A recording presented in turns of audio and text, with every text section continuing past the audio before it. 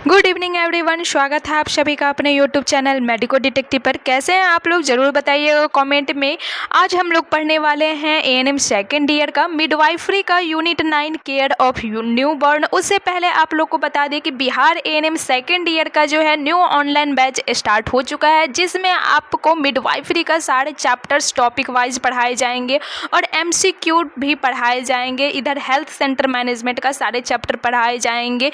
तो full course आपको सिर्फ मिल रहा है 299 रुपये में। अभी चल रहा है ऑफर प्राइस, तो फटाफट आप लोग जा कर के बाय कर लीजिए और आप लोग टेलीग्राम चैनल पे जाके ज्वाइन हो जाइए और वहाँ पे कमेंट करिए कि बैच चाहिए, ठीक है। तो उसमें आपको मिलने वाला है live classes, PDF note, mock test, 4000 plus MCQ, 7 years previous year question और हेल्पलाइन नंबर है 7488483944। तो आप लोग इस पर कॉल कर सकते हैं। तो चलिए स्टार्ट करते हैं हम लोग अपने टॉपिक। तो हम लोग का टॉपिक है कि care of new born unit 9, ठीक है। तो चलिए हम लोग सबसे पहले इंट्रोडक्शन पढ़ लेते हैं कि केयर ऑफ न्यू बॉर्न होता क्या है।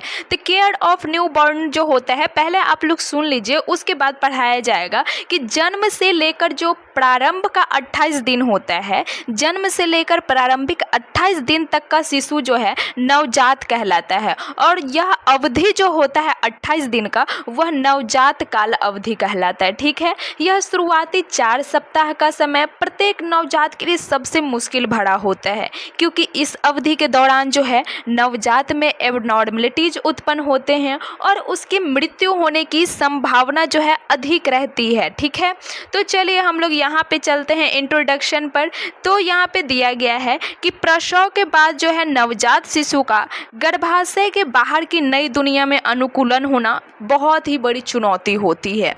जन्म के तुरंत बाद शिशु को गर्भाशय के बाहर जीवित रहने, सांस लेने, तापमान बनाए रखने और संक्रमण से बचाने के लिए विशेष देखभाल की आवश्यकता होती है, ठीक है। तो जन्म से पहले जो 28 दिनों की अवधि होती है उसको नियोनेटल पीरियड कहते हैं। इतना आप लोग समझ गए कि जब बच्चे जो है यूट्रस से बाहर आते हैं, एक नई दुनिया में आते हैं, तो उस टाइम उनके लिए एक बहुत ही बड़ा चुनौती होता है कि वो कैसे सांस लेंगे, तापमान बनाए रखेंगे, संक्रमण से उसको कैसे बचाया जाए। तो उसके लिए एक विशेष देखभाल की जाती है, ठीक है। उसी को कहा जाता है care of the new born. अब बात करते हैं कि नियोनेटल पीरियड क्या होती है। तो जन्म से पहले 28 दिन की जो अवधि होती है वही होती है नियोनेटल पीरियड होती है। 0 से लेकर के 28 डे की जो अवधि होती है वही होती है नियोनेटल पीरियड। अब हम लोग बात करते हैं कि नवजात शिशु की परिभाषा क्या होती है और इसकी वर्गीकरण कैसे किया जाता है। तो हम लोग यहाँ पे देखते हैं नवजात शिशु न्यूबॉर्न। तो न्यूबॉर्न किसे कहते हैं? तो जन्म से लेकर 28 दिन तक की आयु के शिशु को नियोनेट या नवजात शिशु कहते हैं। आप तो नियोनेट्स बोलिए या फिर नवजात बोलिए, जन्म से लेकर 28 दिन तक के शिशु को, ठीक है। अब बात करते हैं इसमें कि टर्म बेबी क्या होता है, प्री टर्म बेबी क्या होता है, पोस्ट टर्म बेबी क्या होता है और लो बर्थ वेट क्या होता है। अभी तो हम लोग न्यू बॉर्न पढ़े हैं। अच्छा, अब टर्म बेबी क्या होता है। तो टर्म बेबी की बात करें तो यहाँ पे आपको दिख रहा होगा कि टर्म बेबी जो होता है वो 37 सप्ताह और 42 सप्ताह के बीच जो जन्मा बच्चा होता है वो टर्म बेबी कहलाता है। यानी कि समय पर जन्मा शिशु को ही टर्म बेबी कहा जाता है। तो टर्म बेबी किस सप्ताह के बीच जन्म लेते हैं? तो 37 सप्ताह से लेकर के 42 सप्ताह के बीच में। अब बात करते हैं प्री टर्म बेबी की। तो प्री टर्म बेबी किसे कहते हैं? तो समय से जो बच्चा पहले जन्म ले लेता है, यानी कि समय से पूर्व जो जन्मा शिशु होता है वही प्री टर्म बेबी कहलाता है। वो क्या कहलाता है? प्री टर्म बेबी कहलाता है। यानी कि 37 सप्ताह से पहले ही बच्चा जन्म ले लेता है। यानी कि पहले ही जन्म ले लेता है, उसका भी समय हुआ नहीं और वो पहले ही 37 सप्ताह से पहले ही जन्म ले लिया, इसीलिए उसको प्री टर्म बेबी कहा गया। अब बात करते हैं पोस्ट टर्म बेबी की। तो पोस्ट टर्म बेबी क्या होता है कि समय के बाद जन्मा शिशु, यानी कि 42 सप्ताह के बाद जो शिशु जन्म लेता है वही कहलाता है पोस्ट टर्म बेबी। वो क्या कहलाता है? Post term baby. ठीक है, अब बात करते हैं लो बर्थ वेट बेबी। ये जो है अक्सर आपके भाइबा में पूछा जाता है, एग्जाम में पूछा जाता है कि लो बर्थ वेट बेबी को डिफाइन करें। तो आपको कैसे बताना है? सबसे पहले तो आप लोग LBW का फुल फॉर्म लिख लीजिएगा, क्योंकि एब्रीविएशन में पूछता है 1 नंबर का LBW का full form low birth weight. ठीक है, लो बर्थ वेट बेबी किसे कहते हैं? तो जन्म के समय जो बेबी, जिस बेबी का वजन जो है 2.5 किलोग्राम से कम होता है, यानी कि 2.5 किलोग्राम से कम, 2 किलोग्राम से कम होता है, उसको कहा जाता है लो बर्थ वेट बेबी। ठीक है, समझ में आ गया। पोस्ट टर्म बेबी का मतलब क्या है कि 42 सप्ताह के बाद जो जन्मा बच्चा है वो पोस्ट टर्म बेबी है। प्री टर्म बेबी का मतलब है 37 सप्ताह से पहले जन्मा बच्चा, और टर्म बेबी का मतलब है समय पर जन्मा बच्चा। इतना सबको पता चल गया। अब हम लोग बात करते हैं कि जन्म के तुरंत बाद आवश्यक देखभाल कौन कौन सा किया जाता है। कि जन्म हुआ तो उसके तुरंत बाद कौन कौन सा देखभाल किया जाता है। तो बच्चा पैदा होते ही सबसे पहले निम्नलिखित कदम उठाए जाते हैं, जो कि आपको पढ़ाया जाएगा। तो जैसे ही बच्चा पैदा होता है तो सबसे पहले उसका सांस मार्ग साफ किया जाता है, क्लियर एयरवे। जैसे ही बेबी जो है पैदा होगा तो उस टाइम उसका सांस मार्ग साफ होगा। बच्चे के जन्म लेते ही सबसे पहले उसके मुंह और गले से बलगम या एमनियोटिक फ्लूइड को सेक्शन, कैथेटर या बल्ब सेक्शन से साफ किया जाता है। किससे साफ किया जाता है? सक्शन कैथेटर या बल्ब सेक्शन से साफ किया जाता है। क्यों किया जाता है? ताकि सांस की नली खुले और वो अच्छे तरीके से सांस ले पाए। ठीक है, अब हम लोग बात करते हैं दूसरा देखभाल तुरंत क्या किया जाता है। तो दूसरा देखभाल होता है श्वसन स्थापित करना, यानी कि एस्टेब्लिश ब्रीथिंग। यदि बच्चा तुरंत नहीं रोता है या सांस नहीं लेता है तो उसे सुखाकर पीठ पर थपथपाया जाता है। ज़रूरत पड़ने पर उसको रिससिटेशन किया जाता है। रिससिटेशन में है बैग एंड मास्क वेंटिलेशन से किया जाता है, यानी कि अगर बच्चा तुरंत नहीं रो रहा है तो उसको पीठ को थपथपाया जाता है। ठीक है, अब बात करते हैं हम लोग कि तीसरा देखभाल क्या किया जाता है। तो तीसरा देखभाल जो होता है तापमान नियंत्रण का होता है।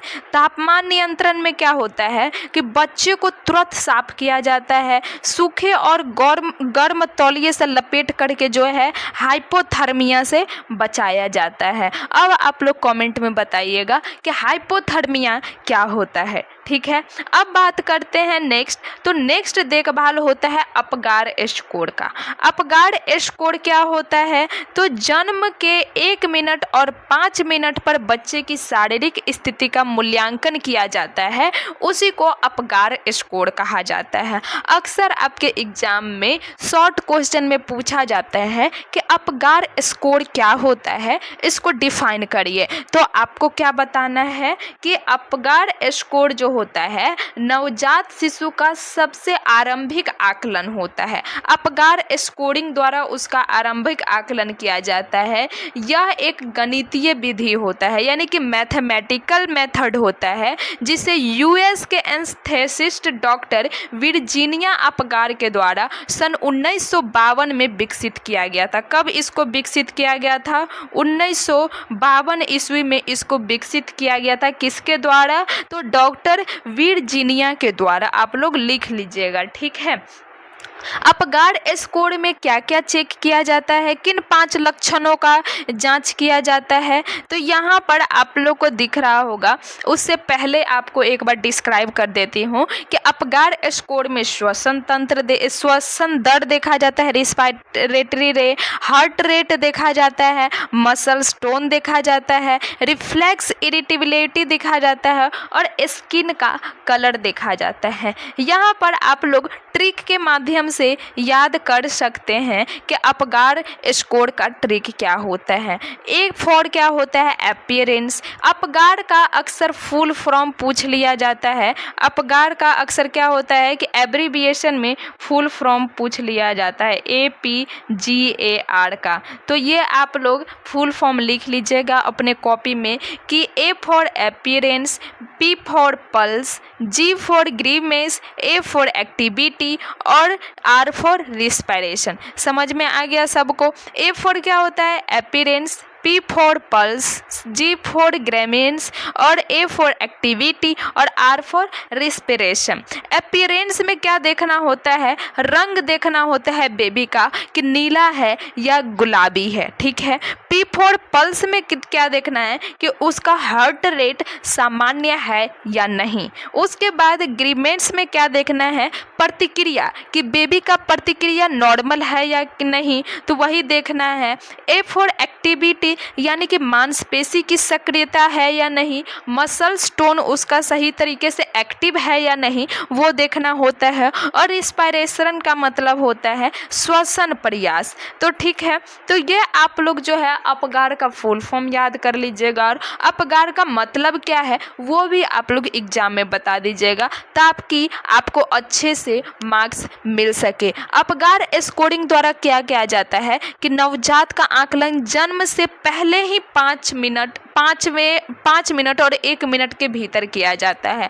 आकलन के दौरान नवजात की कंडीशन के आधार पर प्रत्येक लक्षण को 0, 1 और 2 अंक दिए जाते हैं। कौन कौन सा अंक दिए जाते हैं, 0, 1 और 2 अंक दिए जाते हैं। जनरली नवजात का अपगार स्कोर जन्म के पहले मिनट की तुलना में 5वें मिनट में जो है अधिक आ जाएगा। ऑब्वियसली बात है कि जन्म के तुरंत बाद जो पहला मिनट होगा उसमें कम आएगा उसका अपगार स्कोर, वही 5वें मिनट की बात करें तो उसमें जो है अधिक आएगा उसका अपगार स्कोर, क्योंकि जन्म के तुरंत बाद नवजात में जो है डिप्रेशन अधिक होता है। भाई नवजात में कौन सा डिप्रेशन होता है, जी हाँ होता है कि सांस कैसे लें, अपने बॉडी को हाइपोथर्मिया से कैसे बचाएं, उसको बहुत सारी डिप्रेशन होती है। अब तो इसीलिए तो उसको न्यू बॉर्न केयर किया जाता है, केयर ऑफ न्यू बॉर्न, यानी कि नवजात की देखभाल सिस्टर करती है, क्योंकि ऑलरेडी उसको डिप्रेशन है भाई कि मेरा कैसे क्या होगा।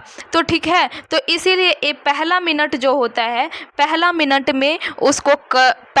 में उसका जो अपगार स्कोर कम मार्क्स दिए जाते हैं, वही 5वां मिनट में उसका अधिक होता है। तो इतना आप लोग समझ गए कि अपगार स्कोर क्या होता है, केयर ऑफ न्यूबॉर्न होता है। बाकी और भी टॉपिक है इसमें पढ़ना है कि नवजात शिशु की सामान्य शारीरिक विशेषताएं क्या होती है, नॉर्मल फिजिकल कैरेक्टरिस्टिक्स। उसके बाद पढ़ना है एसेंशियल न्यूबॉर्न केयर क्या होता है। उसके बाद पढ़ना है कंगारू मदर केयर, KMC का फुल फॉर्म भाई कई बार पूछा जा चुका है, ये पढ़ना है। उसके बाद पढ़ना है नवजात शिशु में खतरे के क्या संकेत होते हैं, role of responsibility of ANM क्या होता है, न्यूबॉर्न केयर समरी ट्रिक भी पढ़ना है केयर का। तो ये सारा चीज़ जो है पढ़ाया जाएगा आपको बैच में। अभी यहाँ पर आपको टेलर दिखा दिया गया है, बाकी असली फिल्म तो चलता है ऑनलाइन बैच में। तो आप लोग फटाफट जाइए मेडिको डिटेक्टिव के टेलीग्राम चैनल पे। अब टेलीग्राम का लिंक कैसे मिलेगा, तो आपको डिस्क्रिप्शन बॉक्स में टेलीग्राम चैनल का लिंक मिल जाएगा,